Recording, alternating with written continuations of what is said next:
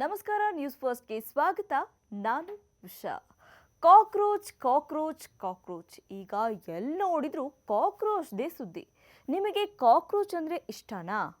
Cockroach ಅಂದರೆ ಯಾರು ಇಷ್ಟಪಡ್ತಾರೆ ಅಂತ ನೀವು ನಗಬಹುದು. ನಿಮಗೆ ಗೊತ್ತಾ, ಭಾರತದ ಯುವಕರಿಗೆ ಈ ಕಾಕ್ರೋಚ್ ಅಂದರೆ ತುಂಬಾನೇ ಇಷ್ಟವಂತೆ. ಇದು ನೀವು ಅನ್ಕೊಳ್ತಾ ಇರೋ ಹಾಗೆ ಮನೆಯಲ್ಲಿ ರಸ್ತೆಯಲ್ಲಿ ಕಾಣೋ ಜಿರಳೆ ಸ್ಟೋರಿ ಅಲ್ಲ. ಬದಲಾಗಿ ಭಾರತದಲ್ಲಿ ಹೊಸ ಅಲೆ ಎಬ್ಬಿಸಿರುವ ಕಾಕ್ರೋಚ್ ಜನತಾ ಪಾರ್ಟಿಯ ಕಥೆ. ಬಾಂಗ್ಲಾ, ನೇಪಾಳ, ತಮಿಳುನಾಡಿನಂತೆ ಜೆನ್ಜಿ ಯುವಕರ ಹೊಸ ಅಲೆ ಇಡೀ ಭಾರತದಲ್ಲಿ ಎದ್ದಿದ್ದು ಹಾಲಿ ರಾಜಕೀಯ ಪಕ್ಷಗಳಲ್ಲಿ ಢವ ಢವ ಶುರುವಾಗ್ಬಿಟ್ಟಿದೆ. ಸಿಜೆಪಿ ಅಂದ್ರೆ ಕಾಕ್ರೋಚ್ ಜನತಾ ಪಾರ್ಟಿ ಹೆಸರಲ್ಲಿ ದೇಶದ ಅತಿದೊಡ್ಡ ಜೆನ್ಜಿ ಆಂದೋಲನ ಆರಂಭವಾಗ್ಬಿಟ್ಟಿದೆ. ಕೇವಲ 4 ದಿನ 14 ಮಿಲಿಯನ್ಗೂ ಅಧಿಕ ಫಾಲೋವರ್ಸ್ನ ಹೊಂದಿದ್ದು ಆಕ್ರೋಶಗೊಂಡ ಜೆನ್ಜಿಗಳಿಂದ ಈ ಕಾಕ್ರೋಚ್ ಜನತಾ ಪಕ್ಷ ಆರಂಭವಾಗಿದೆ. ಇನ್ಸ್ಟಾಗ್ರಾಂನಲ್ಲಿ ಕಾಕ್ರೋಚ್ ಪಕ್ಷ ಬಿಜೆಪಿಯನ್ನೇ ಹಿಂದಿಕ್ಕಿದ್ದು, ಜೆನ್ಜಿಗಳ ಈ ಕಾಕ್ರೋಚ್ ಪಕ್ಷದ ಸೃಷ್ಟಿಕರ್ತ ಅಭಿಜಿತ್ ದೀಪ್ಕೆ ಆಗಿದ್ದಾರೆ. ಇದು ಹತಾಶ ಯುವಕರ ಆಕ್ರೋಶನ, ಬಿಜೆಪಿ ಟಾರ್ಗೆಟ್ಗೆ ಅಸ್ತ್ರಾನ ಅನ್ನೋ ಚರ್ಚೆಯು ಶುರುವಾಗ್ಬಿಟ್ಟಿದೆ. ಇನ್ನು ಮುಖ್ಯ ನ್ಯಾಯಮೂರ್ತಿ ಸೂರ್ಯಕಾಂತ್ ಅವರು ಹೇಳಿದ್ದ ಕಾಕ್ರೋಚ್ ಹೇಳಿಕೆ ಈಗ ವೈರಲ್ ಆಗಿರೋದು. ಇದೇ ಹೆಸರಲ್ಲಿ ಈಗ ಜನತಾ ಪಾರ್ಟಿ ಶುರುವಾಗಿರೋದು. ಈ ಕಾಕ್ರೋಚ್ ಅನ್ನೋ ಪದವನ್ನ ಸುಪ್ರೀಂ ಕೋರ್ಟ್ನಲ್ಲಿ ನ್ಯಾಯಮೂರ್ತಿಗಳು ಹೇಳಿದ್ದು ಯಾಕೆ ಅನ್ನೋದನ್ನ ನೋಡ್ತಾ ಹೋದ್ರೆ, ವಕೀಲರೊಬ್ರು ನನಗೆ ದೆಹಲಿ ಹೈಕೋರ್ಟ್ ಹಿರಿಯ ವಕೀಲ ಸ್ಥಾನ ನೀಡಿಲ್ಲ, ಇದು ಸುಪ್ರೀಂ ಕೋರ್ಟ್ನ ಆದೇಶದ ಉಲ್ಲಂಘನೆ ಹಾಗೂ ನ್ಯಾಯಾಂಗ ನಿಂದನೆಯಾಗತ್ತೆ ಅಂತ ಆರೋಪಿಸಿ ಸುಪ್ರೀಂ ಕೋರ್ಟ್ ಕದ ತಟ್ಟಿದ್ರು. ಈ ಅರ್ಜಿಯ ವಿಚಾರಣೆ ನಡೆಸಿದ ಮುಖ್ಯ ನ್ಯಾಯಮೂರ್ತಿ ಸೂರ್ಯಕಾಂತ್ ಹಾಗೂ ನ್ಯಾಯಮೂರ್ತಿ ಜಯಮಾಲ್ಯಾ ಬಾಗ್ಚಿ ಅವರ ಪೀಠ, ನಿಮಗೆ ಗೌರವ ಇಲ್ಲದೇ ಇದ್ರೆ ಬೇರೆಯವರು ಯಾಕೆ ಗೌರವ ಕೊಡ್ಲಿ ಅಂತ ಬಯಸ್ತೀರಾ? ಈಗಾಗಲೇ ವ್ಯವಸ್ಥೆಯ ಮೇಲೆ ದಾಳಿ ಮಾಡುವ ಪರಾವಲಂಬಿಗಳು ಸಮಾಜದಲ್ಲಿ ಹೆಚ್ಚಾಗಿದ್ದಾರೆ. ಉದ್ಯೋಗವಿಲ್ಲದ ಯುವಕರು ಜಿರಳೆಗಳ ರೀತಿ ವರ್ತಿಸುತ್ತಿದ್ದಾರೆ. ಅವರಲ್ಲಿ ಕೆಲವರು ಸೋಷಿಯಲ್ ಮೀಡಿಯಾದಲ್ಲಿ ಇದ್ರೆ, ಇನ್ನು ಕೆಲವರು RTI ಕಾರ್ಯಕರ್ತರಾಗಿದ್ದಾರೆ. ಈಗ ನೀವು ಹೈಕೋರ್ಟ್ ಏನು ಕ್ರಮ ಕೈಗೊಂಡಿಲ್ಲ ಎಂಬ ಕಾರಣಕ್ಕೆ ನ್ಯಾಯಾಂಗ ನಿಂದನೆ ಅರ್ಜಿಯನ್ನ ಸಲ್ಲಿಸ್ತಾ ಇದ್ದೀರಿ ಅಂತ ಕಿಡಿಕಾರಿದ್ದಾರೆ. ಈ ಸಂದರ್ಭದಲ್ಲಿ ಯುವಕರನ್ನ ನಿರುದ್ಯೋಗಿಗಳನ್ನ ಜಿರಳೆಗೆ ಹೋಲಿಸಿದ್ದಕ್ಕೆ ಬೇಸರಗೊಂಡ ಅಭಿಜಿತ್ ಈ ಕಾಕ್ರೋಚ್ ಪಾರ್ಟಿಯನ್ನ ಆರಂಭಿಸಿದ್ದಾರೆ.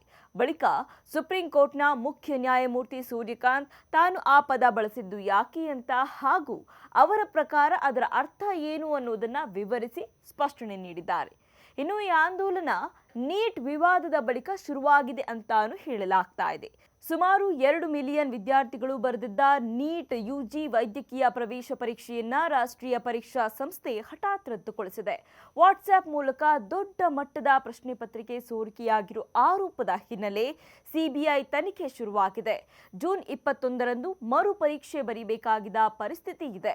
ಇಂತಹ ಸಂದರ್ಭದಲ್ಲಿ ಜಿರಳೆ ಎಂಬ ಪದ ವಿದ್ಯಾರ್ಥಿಗಳಿಗೆ ಕೇವಲ ನಾಲಿಗೆಯ ಎಡವಟ್ಟುವಲ್ಲ, ಅವರ ನೋವನ್ನ ಅರ್ಥ ಮಾಡಿಕೊಳ್ಳದ ವ್ಯವಸ್ಥೆಯ ಸಂಕೇತವಾಗಿ ಕಾಣಿಸಿದ್ದು, ಅದೇ ಹೆಸರಿನಲ್ಲಿ ಸೋಷಿಯಲ್ ಮೀಡಿಯಾ ಆಂದೋಲನ ಶುರುವಾಗಿದೆ ಅಂತಾನು ಹೇಳಲಾಗ್ತಾ ಇದೆ.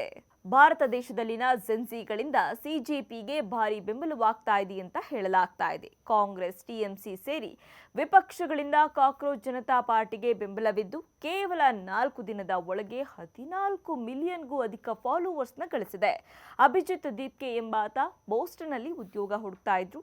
ಇದೇ ವೇಳೆ CJI ಸೂರ್ಯಕಾಂತ್ ಹೇಳಿಕೆಯಿಂದ ಅಸಮಾಧಾನಗೊಂಡ ಅವರು ಕಾಕ್ರೋಚ್ ಜನತಾ ಪಾರ್ಟಿಯನ್ನು ಸ್ಥಾಪಿಸಿದ್ದಾರೆ. ಇನ್ನು ಇವರ ಪಕ್ಷಕ್ಕೆ TMC ಸಂಸದೆ ಮಹುವಾ ಮೊಯಿತ್ರಾ, ಕೀರ್ತಿ ಆಜಾದ್, ಕನ್ನಡದ ನಟಿ ರಮ್ಯಾ ಕೂಡ ಬೆಂಬಲ ನೀಡಿದ್ದಾರೆ. ಇದಕ್ಕೆ ಪ್ರತಿಕ್ರಿಯೆಯಾಗಿ ನನ್ನ ವೋಟ್ ನಿಮಗೆ ಅಂತ ಕೂಡ ರಮ್ಯಾ ಪೋಸ್ಟ್ ಮಾಡಿದ್ದಾರೆ. ಇನ್ನು ನಟ ಅಲೆನ್ ಗೋನ್ಸಾಲ್ಟೆಸ್ ಕೂಡ ತಾವು ಸಿಜೆಪಿ ಮೊದಲ ಶಾಸಕನಾಗುವುದಾಗಿ ಪೋಸ್ಟ್ ಹಾಕಿದ್ದಾರೆ. ಹೀಗೆ ಸಿಜೆಪಿ ಪಾರ್ಟಿ ಸೋಷಿಯಲ್ ಮೀಡಿಯಾದಲ್ಲಿ ಭಾರಿ ಹವಾ ಸೃಷ್ಟಿ ಮಾಡಿಕೊಂಡಿದೆ. ಇನ್ನು ಈ ಕಾಕ್ರೋಚ್ ಪಕ್ಷದ ಅಜೆಂಡಾಗಳನ್ನ ನೋಡಬೇಕು. 5 ಅಜೆಂಡಾಗಳನ್ನು ಇಟ್ಕೊಂಡಿದ್ದಾರೆ. ಮೊದಲನೇದಾಗಿ, ಮುಖ್ಯ ನ್ಯಾಯಾಧೀಶರಿಗೆ ನಿವೃತ್ತಿ ಬಳಿಕ ರಾಜ್ಯಸಭಾ ಸ್ಥಾನ ಕೊಡೋದಿಲ್ಲ. ಮುಖ್ಯ ನ್ಯಾಯಾಧೀಶರಿಗೆ ನಿವೃತ್ತಿಯ ಬಳಿಕ ಸರ್ಕಾರಿ ಹುದ್ದೆ ಕೂಡ ಸಿಗೋದಿಲ್ಲ. 2ನೇ ಅಜೆಂಡಾ, ಓಟ್ ಕಡಿತಗೊಳಿಸುವ ಚುನಾವಣಾ ಆಯುಕ್ತರನ್ನ UAPA ಅಡಿಯಲ್ಲಿ ಅರೆಸ್ಟ್ ಮಾಡಲಾಗುತ್ತೆ. ಮತದಾನದ ಹಕ್ಕು ಕಿತ್ಕೊಳ್ಳೋದು ಭಯೋತ್ಪಾದನೆಗೆ ಸಮಾನ, ಹೀಗಾಗಿ ಬಂಧಿಸ್ತೀವಿ ಅಂತ ಕೂಡ ಹೇಳ್ತಾ ಇದ್ದಾರೆ.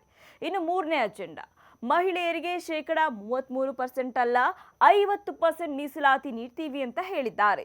ಸಂಸತ್ತಿನ ಒಟ್ಟು ಸ್ಥಾನಗಳು ಹೆಚ್ಚಿಸದೆ ಮಹಿಳೆಯರಿಗೆ 50% ಮೀಸಲಾತಿ ಕೊಡ್ತೀವಿ ಅಂತ ಹೇಳಲಾಗಿದೆ. ಇನ್ನು 4ನೇ ಅಜೆಂಡಾ ಅಂಬಾನಿ ಅದಾನಿ ಒಡೆತನದ ಮಾಧ್ಯಮ ಸಂಸ್ಥೆಯ ಪರವಾನಗಿಯನ್ನ ರದ್ದು ಮಾಡ್ತಾರಂತೆ. ಇನ್ನು 5ನೇದು ಕಟ್ಟುನಿಟ್ಟಾದ ಪಕ್ಷಾಂತರ ವಿರೋಧಿ ಕಾನೂನುಗಳು ಜಾರಿ ಮಾಡ್ತೀವಿ ಅಂತ ಹೇಳಲಾಗ್ತಾ ಇದೆ. ಒಂದು ಪಕ್ಷದಿಂದ ಮತ್ತೊಂದು ಪಕ್ಷಕ್ಕೆ ಜಿಗಿಯುವವರನ್ನ 20 ವರ್ಷಗಳ ಕಾಲ ನಿಷೇಧ ಮಾಡ್ತಾರೆ. ಅವರು 20 ವರ್ಷಗಳ ಕಾಲ ಚುನಾವಣೆಯಲ್ಲಿ ಸ್ಪರ್ಧಿಸುವಂತಿಲ್ಲ. ಅಂಥವರು ಸಾರ್ವಜನಿಕ ಹುದ್ದೆ ಹೊಂದೋದನ್ನು ಕೂಡ ನಿರ್ಬಂಧಿಸಲಾಗುತ್ತೆ. ಇಷ್ಟೆಲ್ಲ ಆಗ್ತಾ ಇದ್ದಂತೆ ಎಕ್ಸ್ ಖಾತೆಯನ್ನ ಬ್ಯಾನ್ ಮಾಡಲಾಗಿದೆ. ಬಿಜೆಪಿಯನ್ನೇ ಮೀರಿಸುವಂತಹ ಫಾಲೋವರ್ಸ್ನ ಹೊಂದುತ್ತಾ ಇದ್ದಂತೆ ಭಾರತದಲ್ಲಿ ಕಾಕ್ರೋಚ್ ಜನತಾ ಪಾರ್ಟಿಯ ಎಕ್ಸ್ ಖಾತೆಯನ್ನ ಬ್ಯಾನ್ ಮಾಡಲಾಗಿದೆ. ಇನ್ಸ್ಟಾದಲ್ಲಿ ಬಿಜೆಪಿಯನ್ನ ಹಿಂದಿಕ್ಕಿದ ಕಾಕ್ರೋಚ್ ಜನತಾ ಪಾರ್ಟಿ ಕೇವಲ 4 ದಿನದಲ್ಲಿ 14 ಮಿಲಿಯನ್ಗೂ ಅಧಿಕ ಫಾಲೋವರ್ಸ್ನ ಹೊಂದಿತ್ತು. ಸೋಷಿಯಲ್ ಮೀಡಿಯಾದಲ್ಲಿ ಟ್ರೆಂಡ್ ಹೆಚ್ಚಾಗ್ತಾ ಇದ್ದಂತೆ ಎಕ್ಸ್ ಖಾತೆಯನ್ನ ಬ್ಯಾನ್ ಮಾಡಲಾಗಿದೆ. ಈ ಬಗ್ಗೆ ಇನ್ಸ್ಟಾದಲ್ಲಿ ಅಭಿಜಿತ್ ವಿಡಿಯೋ ಮಾಡಿ ಹಾಕಿದ್ದಾರೆ. ಮೊದಲು ಅಕೌಂಟ್ನ ಹ್ಯಾಕ್ ಮಾಡುವುದಕ್ಕೆ ಟ್ರೈ ಮಾಡಿದ್ರು, ಅದು ಆಗಲಿಲ್ಲ. ಈಗ ಭಾರತದಲ್ಲಿ ನಮ್ಮ ಸಿಜೆಪಿ ಎಕ್ಸ್ ಖಾತೆಯನ್ನ ಬ್ಯಾನ್ ಮಾಡಿದ್ದಾರೆ ಅಂತ ಸೋಷಿಯಲ್ ಮೀಡಿಯಾದಲ್ಲಿ ವಿಡಿಯೋ ಪೋಸ್ಟ್ ಮಾಡೋ ಮೂಲಕ ತಿಳಿಸಿದ್ದಾರೆ. ಇನ್ನು ಈ ಅಭಿಜಿತ್ ದೀಪ್ಗೆ ಯಾರು ಅಂತ ನೋಡ್ತಾ ಹೋದ್ರೆ, ಇವರು ಮೂಲತಃ ಮಹಾರಾಷ್ಟ್ರದ ನಿವಾಸಿಯಾಗಿರುವ ಸಿಜೆಪಿ ಸೃಷ್ಟಿಕರ್ತ. ಅಭಿಜಿತ್ ದೀಪ್ಗೆ 2018ರಲ್ಲಿ ಆಮ್ ಆದ್ಮಿ ಪಕ್ಷದಲ್ಲಿ ಆಕ್ಟಿವ್ ಆಗಿದ್ರು. ಆಗಿನಿಂದಾನು ಬಿಜೆಪಿ ವಿರುದ್ಧದ ನಿಲುವನ್ನು ಹೊಂದಿದ್ದಾರೆ. 2021ರಿಂದ 24ರವರೆಗೆ ದೆಹಲಿ ಸರ್ಕಾರದ ಶಿಕ್ಷಣ ಸಚಿವರಿಗೆ ಅಡ್ವೈಸರ್ ಆಗಿದ್ರು. ಆಮ್ ಆದ್ಮಿ ಸರ್ಕಾರದ ಶಿಕ್ಷಣ ಸಚಿವರಿಗೆ ಕಮ್ಯುನಿಕೇಷನ್ ಅಡ್ವೈಸರ್ ಆಗಿದ್ರು. 2019ರಿಂದ 21ರವರೆಗೆ ಅರವಿಂದ್ ಕೇಜ್ರಿವಾಲ್ ಅವರಿಗಾಗಿಯೂ ಕೆಲಸ ಮಾಡಿದ್ದಾರೆ. ಆ ಪಕ್ಷದ ಸಂವಹನ ವಿಭಾಗದ ನಿರ್ದೇಶಕರಾಗಿದ್ದ ಅಭಿಜಿತ್ ಸಿಎಎ ಎನ್ಆರ್ಸಿ ವಿರೋಧಿ ನಿಲುವುಗಳನ್ನು ಹೊಂದಿದ್ದು ಹಲವು ಹೋರಾಟಗಳಲ್ಲಿ ಭಾಗಿಯಾಗಿದ್ರು.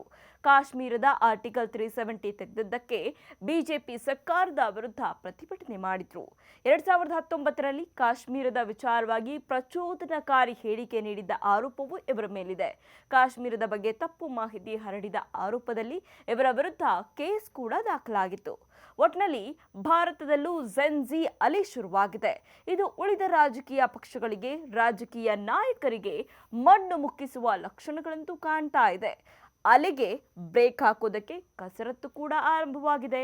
ಈ ಅಲೆ ಸುನಾಮಿ ಆಗುತ್ತಾ ಅಥವಾ ರಾಜಕೀಯ ಶಕ್ತಿಗಳಿಂದ ನಿರ್ನಾಮವಾಗುತ್ತಾ ಕಾದು ನೋಡಬೇಕಿದೆ. ಕ್ಷಣ ಕ್ಷಣದ ಮಾಹಿತಿಗಾಗಿ ನೋಡ್ತಾ ಇರಿ ನ್ಯೂಸ್ ಫಸ್ಟ್, ನಿರ್ಭೀತಿಯಿಂದ ನಿಮ್ಮ ಪರವಾಗಿ.